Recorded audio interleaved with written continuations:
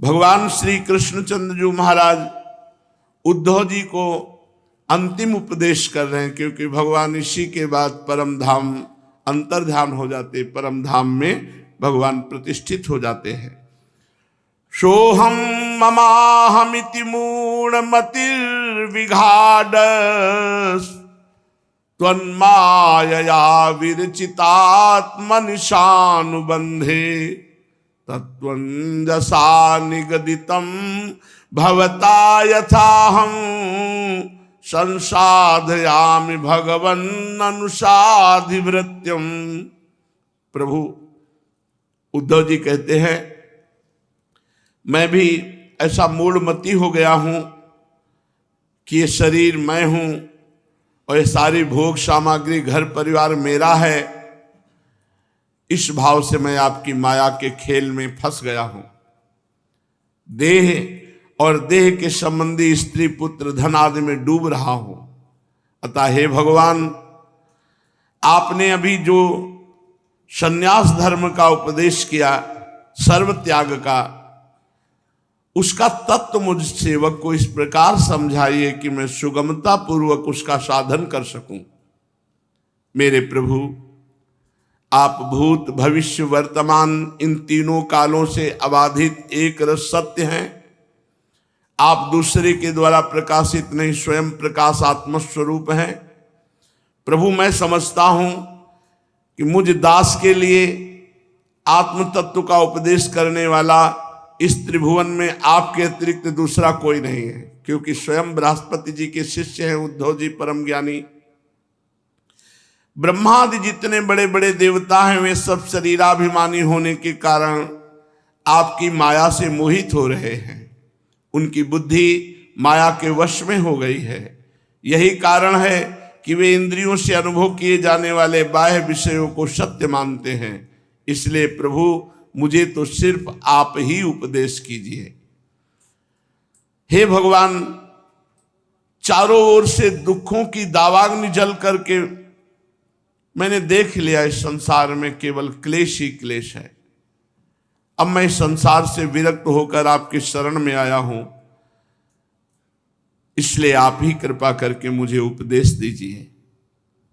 भगवान श्री कृष्ण ने कहा, उद्धव, संसार में जो मनुष्य यह जगत क्या है, इस जगत में क्या हो रहा है इत्यादि बातों का विचार करने में निपुण है, वे चित्त में भरी हुई अशुभ वासनाओं से अपने आप को स्वयं विवेक शक्ति से बचा लिया करते हैं। हे उद्धव, समस्त प्राणियों का विशेष करके मनुष्य का आत्मा अपने हित और अहित का उपदेशक गुरु है, क्योंकि मनुष्य अपने प्रत्यक्ष अनुभव और अनुमान के द्वारा अपने हित अहित का निर्णय करने में पूर्णतः समर्थ है। सांख्य योग विशारद धीर पुरुष इस मनुष्य योनि में इंद्रिय शक्ति, मनः शक्ति आदि के आश्रयभूत मुझ आत्म तत्व को पूर्णतः प्रकट रूप से साक्षात्कार कर लेते हैं। देखो उद्धव, मैंने एक पैर वाले, दो पैर वाले, तीन पैर वाले, चार पैर वाले, चार से अधिक पैर वाले और बिना पैर वाले बहुत प्रकार के शरीरों का निर्माण किया। इन सब शरीरों में मुझे मनुष्य शरीर बहुत प्रिय है। इस मनुष्य शरीर में यदि एकाग्र चित्त, तीक्ष्ण बुद्धि पुरुष जितने भी अनुमान आदि हैं, खुद भोग भोग के देख रहे, तुम्हारे हाथ में क्या लगा, पूरा जीवन के जीवन नष्ट हो जा रहे हैं, मरने के बाद कुछ हाथ नहीं लगा। ऐसी वो कमाई नहीं की जो मरने के बाद ले जाने पर तुम्हारा मंगल हो। इसलिए बुद्धि को एकाग्र करके तीक्ष्ण बुद्धि के द्वारा भजन करना चाहिए। एक भजन ही सार है। इस विषय में महात्मा लोग एक प्राचीन इतिहास कहा करते हैं। वह इतिहास परम तेजस्वी अवधूत शिरोमणि दत्तात्रेय जी महाराज और राजा यदु के संवाद के रूप में है। एक बार धर्म के मर्मज्ञ राजा यदु ने देखा कि एक त्रिकालदर्शी जवान अवस्था के अवधूत ब्रह्म ऋषि निर्भय विचर रहे हैं, तब उन्होंने दत्तात्रेय जी से प्रश्न किया। राजा यदु ने पूछा, ब्राह्मण आपका शरीर बहुत हष्ट पुष्ट है, आप कर्म तो करते नहीं, पड़े रहते हैं, फिर आपको ये अत्यंत निपुण बुद्धि कहां से प्राप्त हुई? संसार का तो सेवन किया नहीं, लेकिन आपको पूरा संसार का ज्ञान है। जब कर्म नहीं किया तो धन नहीं मिला, धन नहीं मिला तो विषय नहीं मिले, विषय नहीं मिले तो शरीर हष्ट-पुष्ट कैसे है आपका? और जब आप संसार में नहीं गए तो आपको संसार का ज्ञान कैसे है? जिसका आश्रय लेकर आप परम विद्वान होने पर भी बालक के समान संसार में विचर रहे हैं, ये बुद्धि कहां से प्राप्त हुई आपको? ऐसा देखा जाता है कि मनुष्य आयु, यश, सौंदर्य, संपत्ति आदि की अभिलाषा लेकर धर्म, अर्थ, काम अथवा तत्व जिज्ञासा में प्रवृत्त होता है। अकारण कहीं किसी की प्रवृत्ति नहीं देखी जाती। पर मैं देख रहा हूं कि आप में कोई प्रवृत्ति ही नहीं है। कर्म करने में समर्थ होकर भी आप कर्म नहीं कर रहे, विद्वान और निपुण होने पर भी आप बालकवत रह रहे हैं। आपका भाग्य और आपकी सुंदरता प्रशंसनीय है, आप बहुत सुंदर हैं और आपका भाग्य भी प्रशंसनीय। जब आप शब्द बोलते हैं तो ऐसा लगता है अमृत टपक रहा है, फिर भी आप जड़, उन्मत्त और पिशाच के समान रहते हैं, ना कुछ कहते हैं और ना कुछ चाहते हैं। संसार के अधिकांश लोग तो काम और लोभ की अग्नि से जल रहे हैं, परंतु मुझे ऐसा दिखाई दे रहा है कि ये अग्नियां आपको छू नहीं पाई। आप मुक्त पुरुष हैं, आप तक काम क्रोधादि की आंच भी नहीं पहुंच पाई। ठीक वैसे ही जैसे कोई हाथी वन में दावाग्नि लगी हो और वो गंगा जी में खड़ा हो। ब्राह्मण, आप स्त्री, पुत्र, धन आदि की आसक्ति से भी रहित है। आप सर्वदा अकेले रहते हैं, असंग हैं। मैं आपसे पूछना चाहता हूं कि ऐसा अनिर्वचनीय आनंद आपको कहां से प्राप्त हुआ? आप कृपा करके अवश्य बतलाइए। भगवान श्री कृष्णचंद्र जी ने कहा, उद्धव, हमारे पूर्वज महाराज यदु की बुद्धि शुद्ध थी और उनके हृदय में ब्रह्म ऋषियों की भक्ति थी। उन्होंने परम भाग्यवान महापुरुष दत्तात्रेय जी का अत्यंत सत्कार करके जब ये प्रश्न किया और हाथ जोड़कर विनम्र भाव से सामने खड़े हो गए, तब दत्तात्रेय जी ने कहा, ब्रह्मवेत्ता दत्तात्रेय जी ने कहा, राजन, मैं अपनी बुद्धि से बहुत से गुरुओं का आश्रय लिया, तब हमारी ऐसी स्थिति हुई है। उनसे मैंने शिक्षा ग्रहण की है और इस जगत में मैं मुक्त भाव से स्वच्छंद विचरण करता हूं। तुम उन गुरुओं के नाम सुनो और उनसे प्राप्त हुई शिक्षा को ग्रहण करो। मेरे गुरु हैं पृथ्वी, वायु, आकाश, जल, अग्नि, चंद्रमा, सूर्य, कबूतर, अजगर, समुद्र, पतंग, भौरा, मधुमक्खी, हाथी, शहद निकालने वाला, हरिन, मछली, पिंगला वैश्या, कुरर पक्षी, बालक, कुंवारी कन्या, बाण बनाने वाला, सर्प, मकड़ी और भृंगी कीट।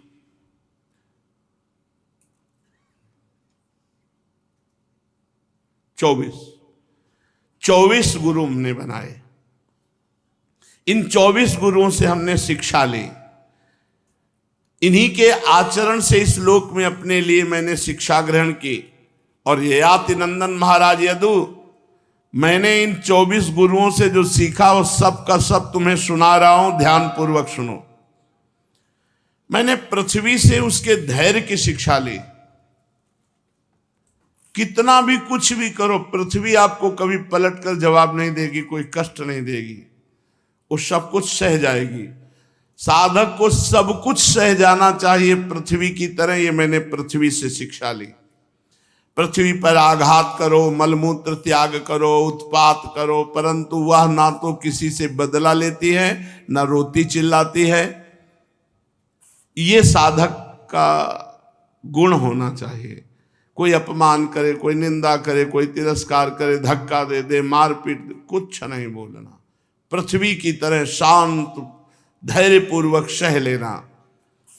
संसार के सभी प्राणी अपने अपने प्रारब्ध के अनुसार चेष्टा कर रहे हैं।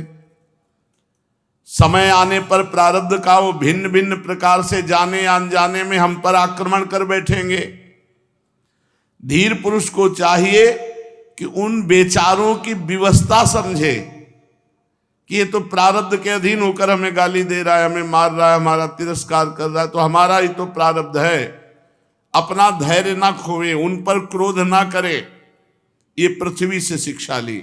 अपने सतमार्ग में मौन होकर सब कुछ सहते हुए चलता रहे। फिर हमने पर्वत से शिक्षा ली कि जैसे पर्वत अडिग रहता है, चाहे तूफान आवे, चाहे ओले पड़े, चाहे वर्षा हो, अडिग रहता, चलायमान नहीं होता। पर्वत की तरह साधक को अपने सतमार्ग पर अडिग होना चाहिए। चाहे मान मिले, चाहे अपमान मिले, चाहे भूखा प्यासा रहना पड़े, चाहे जितना कष्ट सहना पड़े, हम परमार्थ के पथ से चलायमान नहीं होंगे। फिर मैंने वृक्ष से शिक्षा ग्रहण की कि जैसे वृक्ष की सारी चेष्टाएं दूसरों को सुख प्रदान करने के लिए होती है, इसी तरह उपासक को चाहिए कि वो अपनी सारी चेष्टाएं परहित के लिए करे, स्वसुख वांछा के लिए नहीं। साधु का जन्म एकमात्र दूसरों के हित के लिए होता है। साधु पुरुष को चाहिए कि पृथ्वी की तरह सहनशील, पर्वत की तरह अडिग और वृक्ष की तरह उदार दूसरों का हित करने वाला होना चाहिए। ये हमने परोपकार की शिक्षा ग्रहण की। फिर श्वास, इसको गुरु बनाया। वायु, जो वायु अंदर जाती है और बाहर आती है, इसे प्राण वायु कहते हैं। मैंने शरीर के भीतर रहने वाली प्राण वायु से शिक्षा ग्रहण की कि जैसे वो प्राण जल और भोजन आहार मात्र की इच्छा रखता है और उसे से संतुष्ट हो जाता है, वैसे ही साधक को चाहिए कि जितने से पेट भूख मिट जाए उतना जल और भोजन स्वीकार करे, बस फिर प्रपंच से निवृत्त हो जाए। जितना जल और भोजन हमें चाहिए उतना स्वीकार करने का, फिर नहीं, फिर प्रलोभन नहीं कि चटनी लगा कर एक समोसा और डाल दें, एक कचौड़ी और पा लें, अरे अब ठीक है रोज रोज थोड़ी होता है, एक कटोरी और खीर पी लें, नहीं ज्यादा नहीं, बहुत बोझा होता है। प्राणवायु को गुरु बनाने से ये शिक्षा मिली कि जितने आहार से भूख मिट जाए साधक को उतना ही आहार करना चाहिए। इंद्रियों के स्वाद के लिए बहुत से विषय ना चाहे, उतना ही विषय स्वीकार करे जिससे बुद्धि विकृत ना हो, मन चंचल ना हो, वाणी व्यर्थ की बातों में ना लग जाए। ये तो प्राणवायु से शिक्षा ली। और बाहर विचरण करने वाली वायु से शिक्षा ली कि जैसे वायु को बहुत स्थानों से गुजरना होता है, कहीं सुगंधित स्थान है, कहीं दुर्गंध स्थान है, विविध स्थानों से वायु को गुजरना होता है, परंतु वायु किसी के भी गुण स्वीकार नहीं करती। सुगंध आई तो सुगंध लेकर चल दिया, तो आगे दुर्गंध आई तो दुर्गंध, दोनों को छोड़ दिया और वो अपने स्वरूप में एक रस बह रही। वो किसी के गुण या दोष स्वीकार नहीं। ऐसे साधक को विचरना चाहिए। अच्छा संग है तो जय जय, बुरा संग है तो जय जय, वो अपनी चाल में चल रहा, कोई फर्क उसकी चाल में नहीं है। साधक को चाहिए कि विभिन्न धर्मावलंबियों के, विभिन्न स्वभाव वालों के साथ भी रहने पर अपने लक्ष्य में दृढ़ रहे। जैसे वायु अपने स्वभाव में निर्मल स्वच्छ है, और चाहे गंदे स्थान से गुजर जाए, चाहे अच्छे स्थान से गुजर जाए, थोड़ी देर में देखोगे फिर अपने स्वभाव में ही है पवित्र। साधक को चाहिए कि किसी के गुण या दोष की ओर झुक न जाए, किसी से आसक्ति न कर बैठे, किसी से द्वेष न कर बैठे, वायु की तरह निर्विकार विचरण करे। जो गंध है ये वायु का गुण नहीं है, पृथ्वी का गुण है, परंतु वायु को गंध का वहन करना पड़ता है। ऐसा करने पर भी वायु शुद्ध ही रहता है, गंध से उसका संपर्क नहीं होता। वैसे ही जब तक इस शरीर पर साधक को रहना होता है, तब तक इसकी व्याधि, रोग, पीड़ा भूख प्यास इसका वहन करना पड़ता है, परंतु अपने को शरीर नहीं मानता, इसलिए परम पवित्र स्वरूप में रहता है। आत्मा के रूप में देखने वाला साधक शरीर और उसके गुणों के आश्रय से होने वाले विकारों से सर्वथा निर्लिप्त रहता है। फिर मैंने आकाश को गुरु बनाया। जितने भी घट मठ आदि हैं, घड़ा है, महल है, मठ आदि हैं, चाहे चल हो या चल, उनके कारण भिन्न भिन्न प्रतीत होने पर भी वास्तव में आकाश सब जगह विराजमान है। एक रस आकाश का गुण शब्द है, कहीं भी अगर शब्द है तो आकाश तत्व वहां विराजमान है। चराचर जितने भी सूक्ष्म स्थूल शरीर हैं, उनमें आत्मा रूप से सर्वत्र स्थित होने के कारण ब्रह्म सभी जगह विराजमान है। साधक को चाहिए कि सूत के मणियों में व्याप्त सूत के समान आत्मा को अखंड और असंग रूप से देखे। जैसे सूत की ही धागे में सूत की ही मणियां पिरोई हुई हैं तो पूरा सूत ही सूत है, ऐसे ही ये पूरा जगत ब्रह्म स्वरूप है। जड़ चेतन जितना सब भगवान में है, हम देह भाव से होने के कारण ये बात नहीं समझ पाते। वो ब्रह्म इतना विस्तृत है कि उसकी तुलना कुछ कुछ आकाश से ही की जा सकती है। इसलिए साधक को आत्मस्वरूप की भावना में रहना चाहिए। सर्वम खलमिदम ब्रह्म। देखो, आग लगती है, पानी बरसता है, अन्न पैदा होते हैं, नष्ट हो जाते हैं, वायु की प्रेरणा से बादल आते हैं, चले जाते हैं, इससे आकाश से कोई संबंध नहीं रहता। आकाश की दृष्टि से ये सब कुछ है ही नहीं। इसी प्रकार भूत वर्तमान भविष्य के चक्कर में न जाने किन किन नाम रूपों की सृष्टि और प्रलय होती है, परंतु आत्मा का कोई संग नहीं, वो असंग संस्पर्श रहित है। जिस प्रकार जल स्वभाव से ही स्वच्छ चिकना मधुर और पवित्र करने वाला है, गंगा आदि तीर्थों के दर्शन स्पर्श और नामोच्चारण से भी लोग पवित्र हो जाते हैं, वैसे ही साधु को होना चाहिए। साधु के दर्शन से स्पर्श से नामोच्चारण मात्र से पाप का नाश हो जाए।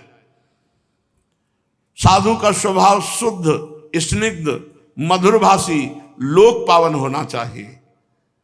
वो जो बोले संसार का परम मंगल हो, परम पावन हो।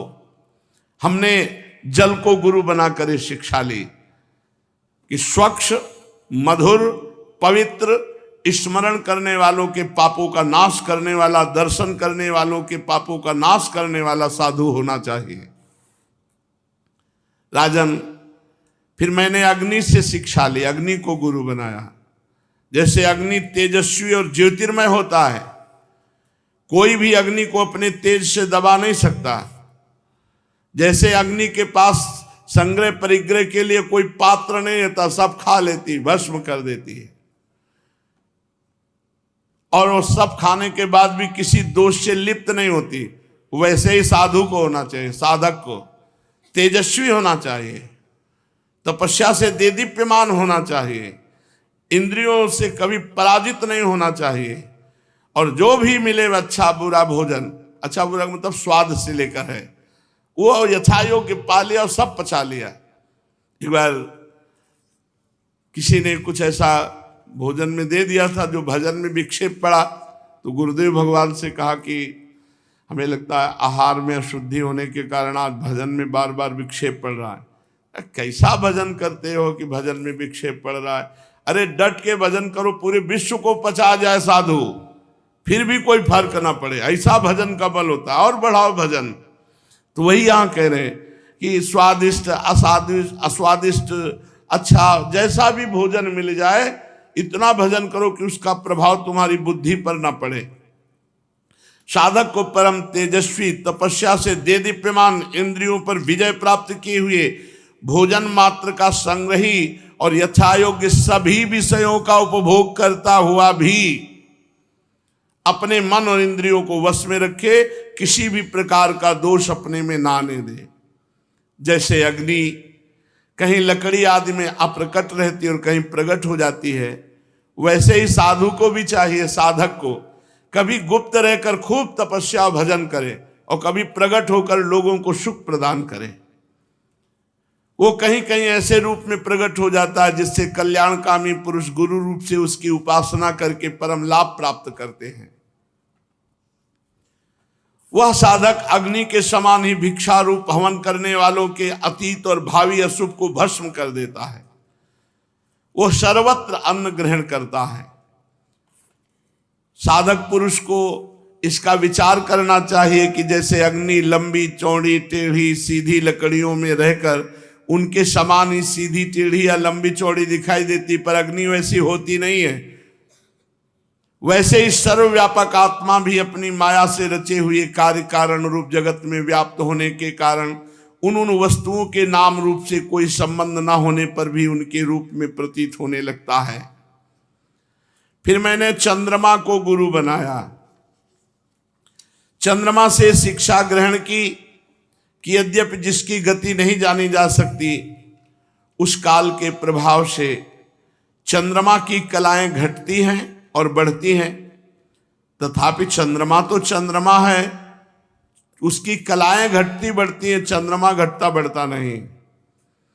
वैसे ही जन्म से लेकर मृत्यु पर्यंत जितनी अवस्थाएं सब शरीर की हैं, आत्मा से उनका कोई भी संबंध नहीं है। जैसे आग की लपट, दीपक की लौ, ये क्षण क्षण में उत्पन्न और नष्ट होती रहती है, पर उनका एक क्रम निरंतर इतने वेग से चलता है कि ऐसा लगता है अखंड लौ जल रही है, अखंड ज्वाला, अखंड जल प्रवाह। लेकिन जिस जल पे दृष्टि गई वो प्रवाह में कहां पहुंच गया, जिस लौ पर दृष्टि गई वो कितनी बार कट चुकी, इतनी जोर से उसका जुड़ान रहता कि दिखाई नहीं देता। ऐसे ही क्षण क्षण में मृत्यु हो रही इस शरीर की, पर इतने वेग से हो रही कि हमें समझ में नहीं आ रहा। हमें आ रहा कि अब हम 20 वर्ष के हो गए, 25 वर्ष के हो गए, अज्ञानवश दिखाई नहीं पड़ता। तो राजन, फिर मैंने सूर्य को गुरु बनाया और सूर्य से शिक्षा ग्रहण की कि जैसे वे अपनी किरणों से पृथ्वी के जल को खींचते हैं और समय पर वहीं पृथ्वी में बरसा देते हैं, ऐसे ही योगी को चाहिए कि गृहस्थों से भिक्षान्नादि लेकर के विषयों को ग्रहण किया और समय आने पर उन्हीं को प्रदान कर दिया। कैसा? खाया पिया, खूब तपस्या भजन किया और वही उनको दे दिया, जिससे उनका मंगल हुआ। वो किसी भी समय इंद्रिय के विषय से आसक्त नहीं होता।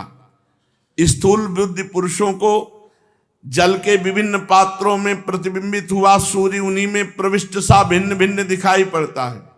1000 घड़े रख दो छोटे बड़े, सब में छोटा बड़ा सूर्य दिखाई देगा, परंतु इससे स्वरूपता सूर्य अनेक नहीं हो गए, सूर्य तो एक ही है, उनके प्रतिबिंब हजारों हैं। ऐसे ही चल अचल उपाधियों के भेद से ऐसा जान पड़ता है कि आत्माएं बहुत हो गई। आत्मा नहीं, ये घड़े हैं, इनमें प्रतिबिंब पड़ रहा भगवत तत्व का।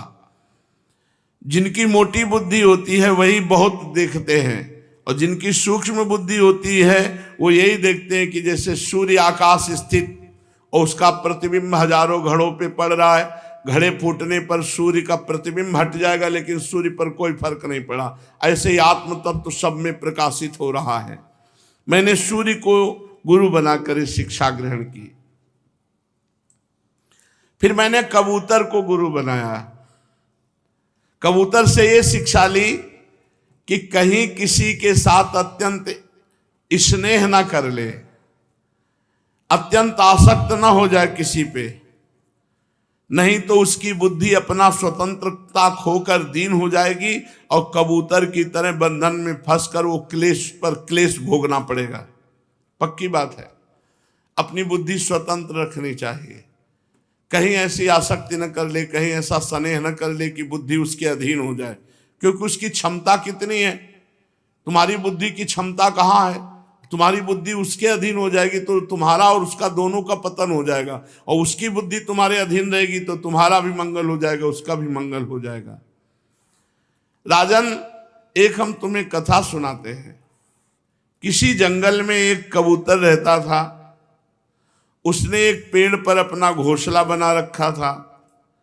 फिर उसने कबूतरी से प्रेम संबंध रचाया। कबूतरी के साथ वो कई वर्षों से उसी घोंसले में रह रहा था। अब कबूतर के हृदय में बहुत प्रीति हुई, कबूतरी के प्रति स्नेह बढ़ता चला गया। इतना आसक्त हो गया कि कबूतरी की दृष्टि से दृष्टि, अंग से अंग और बुद्धि से बुद्धि को बांध दिया। एक दूसरे पर दोनों मर मिटे। निशंक होकर वो उस वृक्ष के घोंसले पे एक साथ सोते, बैठते, घूमते फिरते, ठहरते, एक साथ खेलते, खाते पीते। कबूतर कबूतरी, कबूतरी पर कबूतर का इतना प्रेम था कि कबूतरी जो चाहती थी कबूतर बड़े से बड़ा कष्ट उठाकर उसकी कामना पूर्ण करता।